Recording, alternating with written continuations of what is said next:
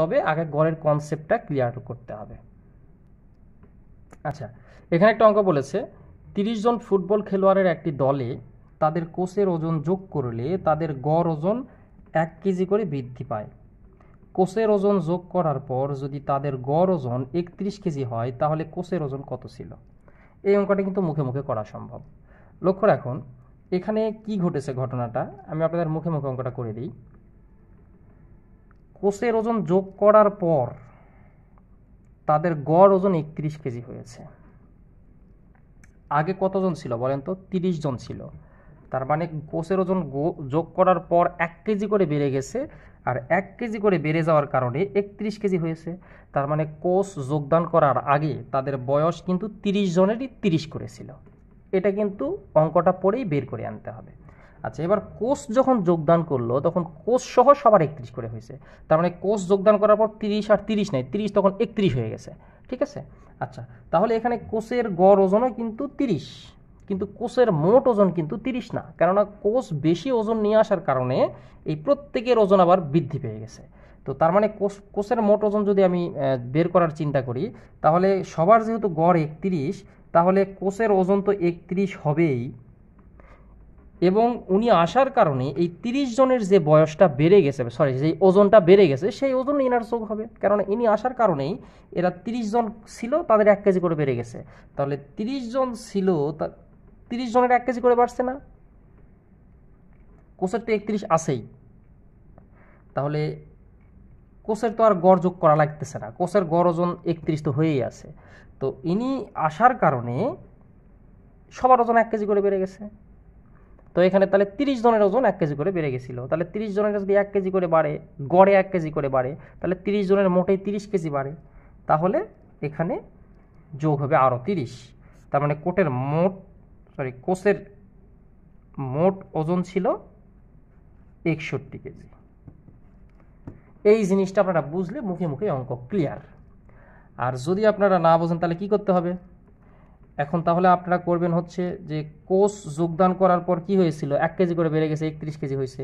তাহলে কোষ যোগদান করার আগে সবার ছিল হচ্ছে 30 গুণ 30, 900 কেজি। ঠিক আছে?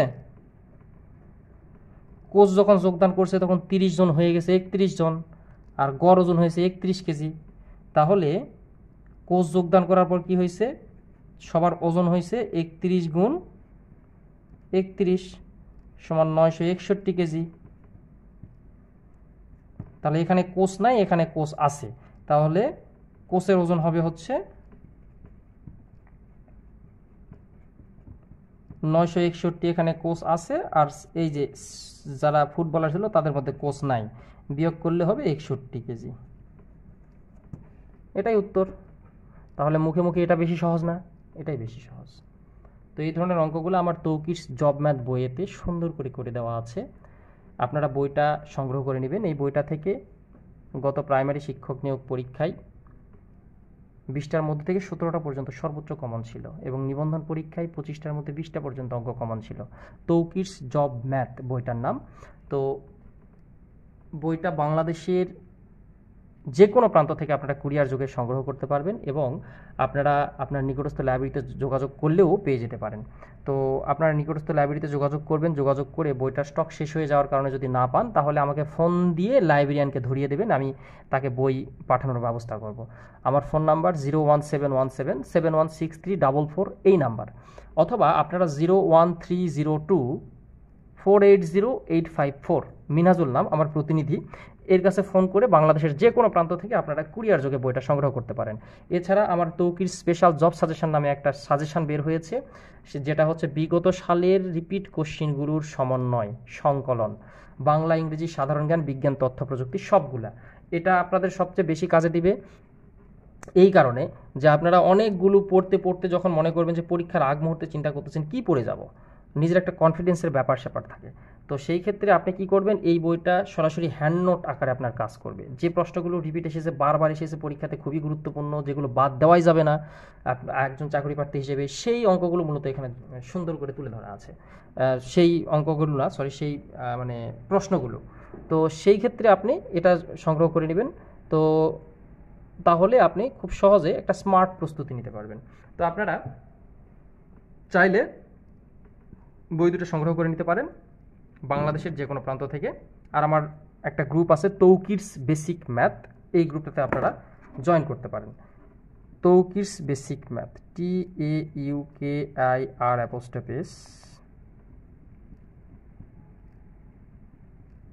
তৌকিরস বেসিক ম্যাথ। এই বেসিকটা বাদ দিলে তৌকিরস ম্যাথ আমার ইউটিউব চ্যানেল, আপনারা সাবস্ক্রাইব করবেন। ধন্যবাদ। এছাড়া বাংলাদেশের যে কোনো প্রান্তে বসে থেকে আপনারা আমার অনলাইন কোর্সে যোগদান করতে পারেন।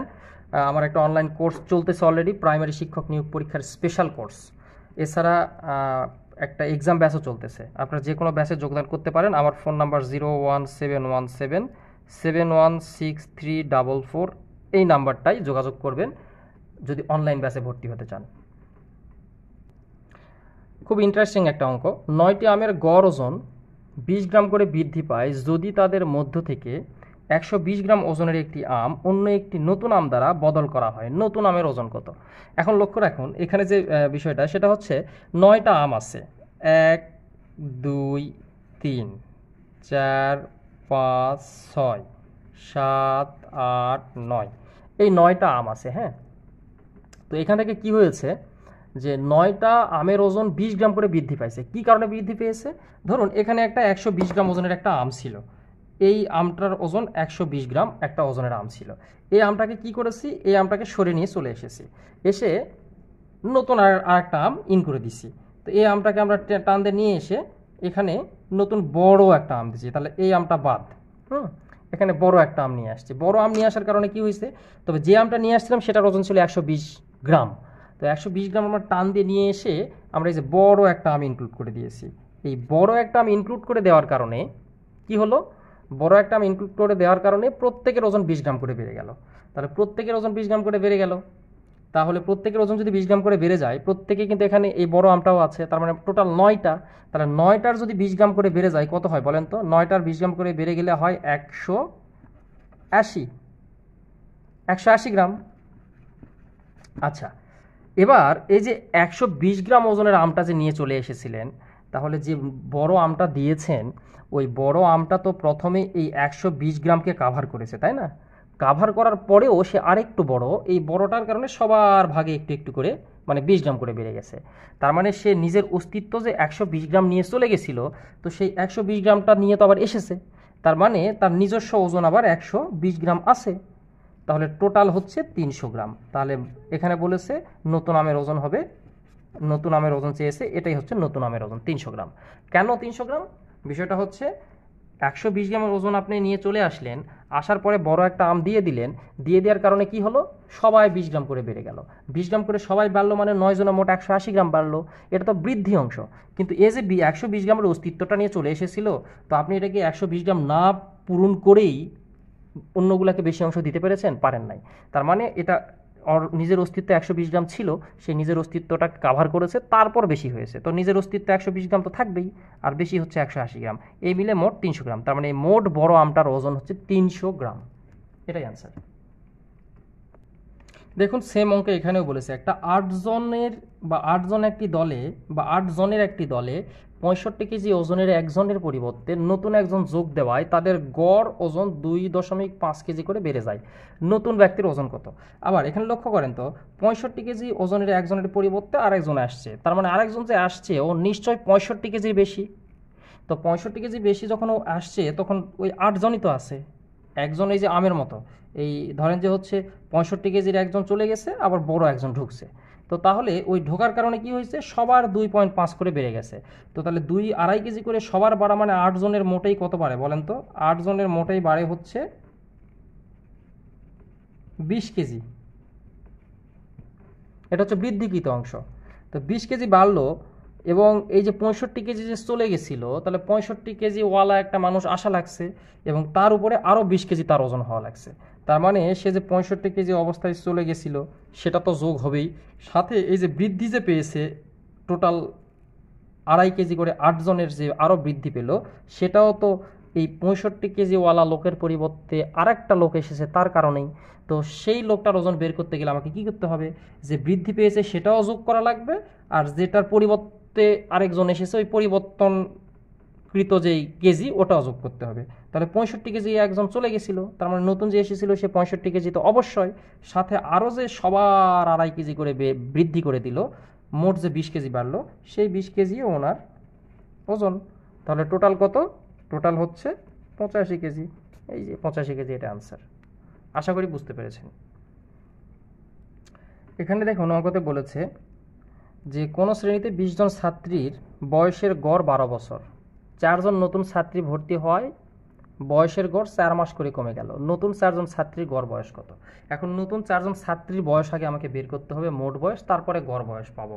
এখন এখানে যে বিষয়টা দাঁড়িয়েছে সেটা হচ্ছে বছর আর মাসের একটা হিসাব আছে এখানে। তবে আমরা প্রথমে দেখব যে প্রথম যে এই যে মোট 20 জন ছাত্রী 12 বছর করে ছিল, এদের মোট বয়স তাহলে কত? এদের মোট বয়স কত দেখি আমরা। এদের মোট বয়স হচ্ছে 20 জনের মোট বয়স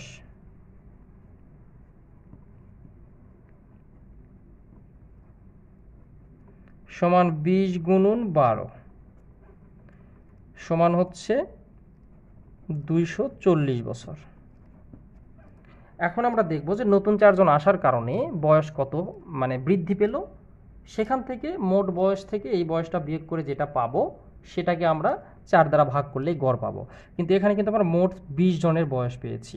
এখন 4 জন যে নতুন ভর্তি হলো তার কারণে কি হলো, বয়স কিন্তু 4 মাস করে কমে গেছে। তাহলে 4 মাস করে কোথা থেকে কমে গেছে? এই যে বয়সের গড় 4 মাস করে কমে গেছে, তার মানে 12 বছর বয়স ছিল তাদের 11 বছর 8 মাস করে হয়েছে। তাহলে 4 জন নতুন আসায় 4 জন যোগ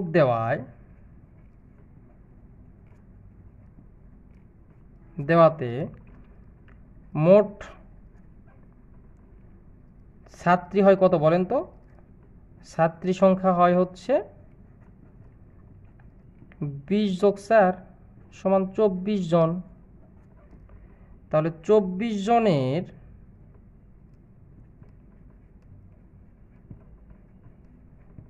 গড় বয়স সমান 11 বছর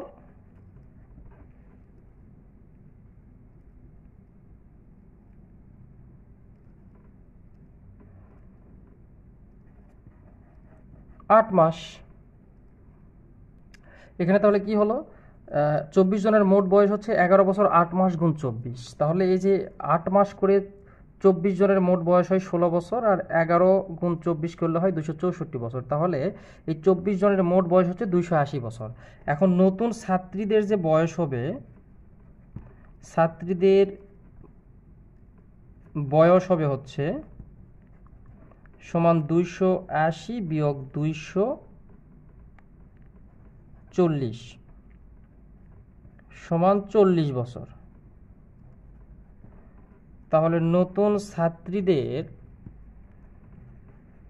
গড় বয়স হবে হচ্ছে 40/4, কেননা 4 জন নতুন, তাহলে 4 10 40 বছর। এটাই অ্যান্সার, 10 বছর অ্যান্সার। আশা করি বুঝতে পেরেছেন।